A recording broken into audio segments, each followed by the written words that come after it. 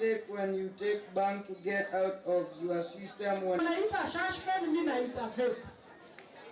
So that your cells can absorb it. Marijuana inaendanga kuvuta ndani na ametoa na yenye inatoka una inhale. You take it, wanna have signs and symptoms.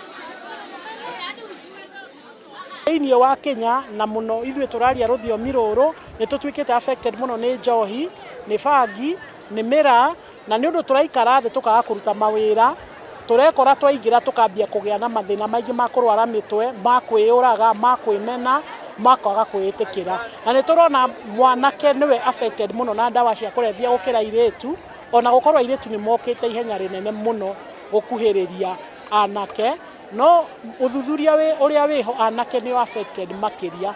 Those students who are maybe drug addicts or they take drugs, some of their friends are willing to open up and help them to recover and undergo the process of recovery, such as going to the rehabilitation centers. Most of our students have fallen to drugs and substance abuse.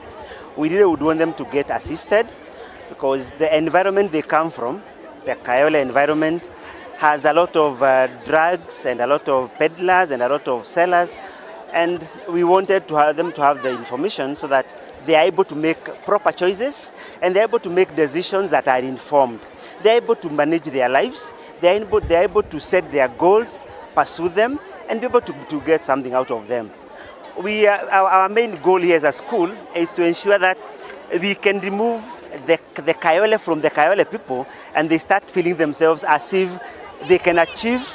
They are not tied to Kayole, they are not tied to the poverty mentality, they are not tied to the gang life, they are not tied to the negative image that Kayole normally gives, and they have got a future life ahead of them.